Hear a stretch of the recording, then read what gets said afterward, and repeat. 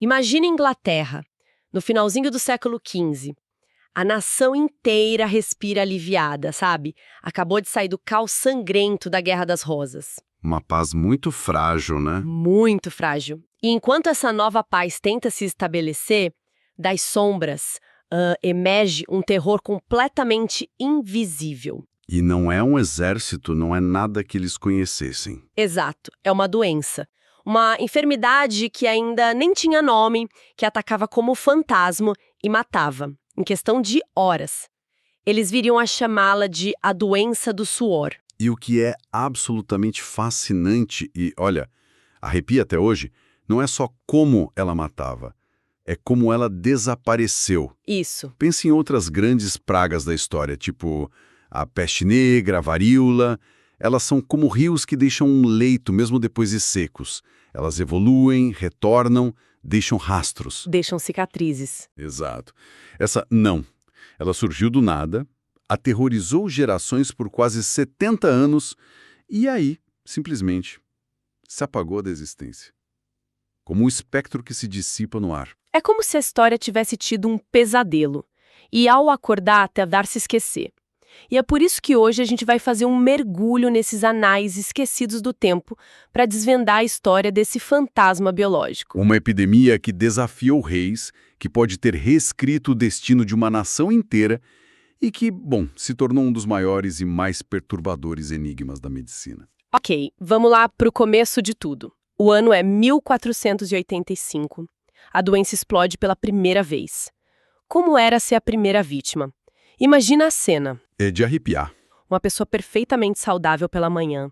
Talvez um comerciante, um nobre voltando da caça.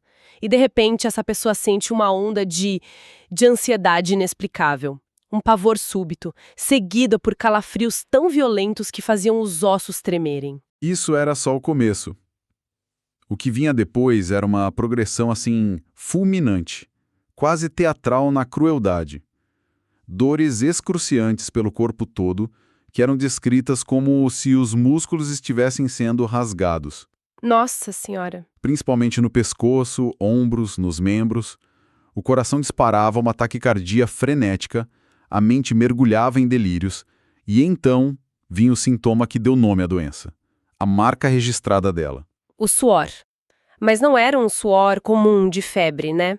As crônicas da época pintam um quadro bem mais assustador. Exatamente. O médico John Caius, que aliás viveu o último surto e escreveu o único relato médico da época, ele descreveu não como um sintoma, mas como uma inundação vinda de dentro. Uma inundação? Era profuso, incontrolável e com um odor fétido, sabe? As crônicas dizem que ele encharcava as roupas, os lençóis, o colchão, chegava a formar poças no chão. Era como se o corpo estivesse tentando expelir a própria vida. O colapso físico era inevitável e rápido. Além desse sintoma pavoroso do suor, o que mais chocava as pessoas e os médicos? O que tornava essa doença tão diferente, por exemplo, da peste, que eles já conheciam tão bem? A velocidade. Para mim, a velocidade é o que mais choca. Imagina o terror psicológico disso. Com certeza. Com a peste, tinha os bubões. Era um processo que levava dias. Havia tempo, por mais terrível que fosse, para o medo se assentar, para as despedidas. Com a doença do suor, não tinha tempo para nada. Muitas vítimas morriam em menos de 24 horas. E algumas fontes falam em apenas 2 ou 3 horas. 2 ou 3 horas? Isso é inimaginável. É uma sentença de morte executada no mesmo dia. Exato. A imprevisibilidade era total. Você podia estar jantando com alguém, rindo, e antes do amanhecer essa pessoa estava morta. Tem um relato do Thomas More que é arrepiante. Ele descreve o pânico em Londres, dizendo algo como: mais felizes são os que já têm a doença do que os que vivem a temê-la a cada instante. Nossa! Isso mostra o tamanho do terror. Mostra o terror psicológico que dominava todo mundo. A sensação de que a qualquer momento a morte podia tocar no seu ombro. E é aqui que a história fica realmente interessante e se afasta de tudo que a gente conhece sobre epidemias daquela era. Ao contrário da peste bubônica, que devastava principalmente os mais pobres, as áreas com pouca higiene, a doença do suor tinha um alvo diferente. quase perverso na escolha, né? Exato. E é o que a torna um enigma sociológico, não só médico. Ela parecia preferir os ricos, a nobreza, o clero, os comerciantes prósperos, os jovens e adultos no auge da força física. As pessoas que se consideravam as mais seguras, na verdade, eram as mais vulneráveis. Exatamente. Mas por que isso vai contra toda a lógica epidemiológica? Riqueza significava melhor comida, casas mais limpas, a chance de fugir das cidades. Qual a teoria por trás disso? Essa é a pergunta de $1 milhão. Ninguém sabe ao certo, mas isso muda completamente como a gente vê o passado, sabe? Aquela noção de que status ou riqueza podiam te proteger foi destruída. O pavor saiu dos becos e foi para os castelos. Exato. O pavor se instalou nos corredores dos castelos, nas cortes, e isso teve um efeito cascata. Não era só o medo da morte, era a quebra da ordem divina. Se Deus não protegia a nobreza, os seus escolhidos, então quem ele protegia? Isso gerava uma crise de fé que abalava tudo. De repente, o rei estava tão em risco quanto o camponês mais humilde. Na verdade, ele estava mais em risco. E em nenhum lugar isso foi mais evidente do que na corte dos Tudor. O reinado de Henrique VIII. Sem dúvida. É o palco principal desse drama. A gente fala de um rei conhecido pelo poder absoluto, pela força, mas os registros mostram que ele vivia com um pavor abjeto da doença. Ele fugia o tempo todo. A corte real se tornou praticamente nômade. Ao primeiro sinal de um surto em Londres, era um êxodo em pânico, carruagens sendo carregadas no meio da noite, a corte inteira se deslocando às pressas, pulando de castelo em castelo para escapar. E isso afetou a vida pessoal dele de forma muito dramática, né? Não era só uma questão de governar. Completamente. Historiadores que analisaram a correspondência dele apontam um impacto direto no relacionamento com a Ana Bolena. Durante um surto, dizem que ele escrevia cartas de amor apaixonadas, mas se recusava a encontrá-la, aterrorizado. Nossa, que loucura! Imagina, governar um país e ter pavor do contato humano, até com a mulher que você ama. Isso humaniza muito a figura dele. E essa fuga constante devia causar uma paralisia no governo, imagino. Uma paralisia quase total. Decisões cruciais, negociações, até mesmo o famoso processo de divórcio dele com a Catarina de Aragão, tudo era adiado. O comércio parava, o governo de uma das nações mais poderosas da Europa ficava literalmente de joelhos. E não era por um exército. Não. Era por um inimigo microscópico. Durante alguns surtos, figuras de imenso poder como bispos, prefeitos de Londres, morriam em questão de dias. Isso desestruturava toda a hierarquia, criava vácuos de poder. Mas o que quase ninguém sabe, e o que realmente me surpreendeu, é que essa doença pode ter reescrito a história da Inglaterra de uma forma muito mais fundamental. E isso nos leva a um nome: Arthur, Príncipe de Gales. Arthur Tudor, o irmão mais velho de Henrique VIII, o herdeiro do trono, casado com a princesa espanhola Catarina de Aragão. Ele era o futuro. O futuro.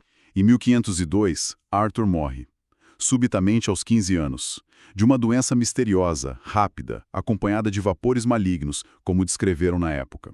E a suspeita é... Muitos historiadores hoje, analisando os sintomas, acreditam que a causa mais provável foi a doença do suor. Espera um pouco, vamos parar aqui, porque as implicações disso são gigantescas. Se Arthur não tivesse morrido, Henrique VIII talvez nunca subisse ao trono. Ele era o segundo filho, estava sendo preparado para uma carreira na igreja. Exato. Pensa nisso por um momento. Sem o rei Henrique VIII, não haveria necessidade de anular o casamento com a Catarina de Aragão. Porque ela seria viúva de Arthur. Exato. E sem essa anulação, não haveria a ruptura com a Igreja Católica. A reforma inglesa, as 6 esposas, a ascensão de Elizabeth I, toda a trajetória da história britânica e mundial poderia ter sido completamente diferente. Então, um dos eventos mais transformadores da história europeia pode ter sido desencadeado por um agente patogênico que a gente nem consegue identificar hoje. Isso é vertiginoso. É o tipo de coisa que não te deixa dormir à noite. E a doença não se contentou em assombrar só a Inglaterra. No surto de 1528, ela fez algo que nunca tinha feito antes.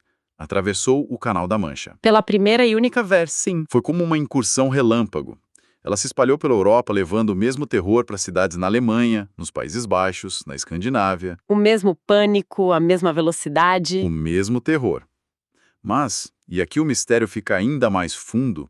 A jornada dela pela Europa foi incrivelmente breve. Em poucos meses, ela desapareceu do continente, tão rápido e misteriosamente quanto chegou. Não se estabeleceu, só atacou e recuou. Exatamente. O que nos leva ao último ato. O ano é 1551. A Inglaterra enfrenta o que seria o último grande surto da doença do suor. O terror volta, as mortes se acumulam e depois, nada. Silêncio absoluto. É isso que intriga e frustra cientistas e historiadores até hoje. Doenças não fazem isso. Elas não simplesmente vão embora para sempre. Elas evoluem, né? Elas evoluem, se tornam endêmicas, mais brandas, como um predador que aprende a não acabar com sua fonte de alimento. Elas deixam herdeiros biológicos, variantes. A doença do suor não deixou nada. É um caso arquivado sem solução. E a ciência moderna, com todo o seu poder, está de mãos atadas. Existem hipóteses, claro. Alguns sugerem um antavírus. O que seria isso e como uma doença de roedores explicaria a preferência pela nobreza? Bom, um antavírus é uma família de vírus transmitida pela inalação de partículas de fezes ou urina de roedores. A teoria é que uma mudança climática pode ter causado uma explosão na população de roedores, que aí invadiram celeiros e casas, incluindo as dos ricos. Faz sentido. A força da teoria é que alguns antavírus causam síndromes de início rápido e alta letalidade. A fraqueza, como você disse, é que não explica bem por que os ricos e saudáveis eram os alvos principais. E a outra grande teoria, a da influenza, uma supergripe. Sim, uma forma bizarra e hiperagressiva de influenza. Isso explicaria a rápida disseminação. O problema é que a influenza geralmente ataca mais os muito jovens e os muito idosos, o oposto do padrão da doença do suor. Que atacava os adultos no auge da vida. Exato. E de novo aquele sintoma central, o suor torrencial, único. Não se encaixa bem com a gripe. Nenhuma teoria perfeita. Então, sem amostras biológicas da época, sem DNA para analisar, tudo que temos são especulações. Fantasmas de teorias tentando caçar um fantasma biológico. Exatamente. Nenhuma consegue explicar a combinação fatal daqueles 3 fatores únicos. A rapidez que matava em horas, a preferência pela elite e os sintomas tão específicos com destaque para aquele suor terrível. É um mistério completo. A doença do suor, no fim, foi mais do que uma enfermidade. Foi um evento que expôs a fragilidade do poder, que mostrou como a civilização, mesmo no topo da riqueza e da autoridade, está sempre à mercê de forças invisíveis da natureza. Alterou o curso de uma nação. Alterou. E, ao desaparecer, deixou um lembrete permanente e humilhante sobre os limites do nosso conhecimento. Um espectro na história que a ciência nunca conseguiu capturar. E essa história toda nos força a perguntar algo bem desconcertante. Se uma epidemia inteira, uma força da natureza capaz de ceifar a vida de príncipes, de paralisar um país, pode surgir do nada e desaparecer de forma tão completa da história e da biologia, que outros eventos monumentais, que outras histórias grandiosas, que outros dramas humanos podem ter sido simplesmente esquecidos ou apagados pelas areias do tempo, aguardando em silêncio para serem redescobertos.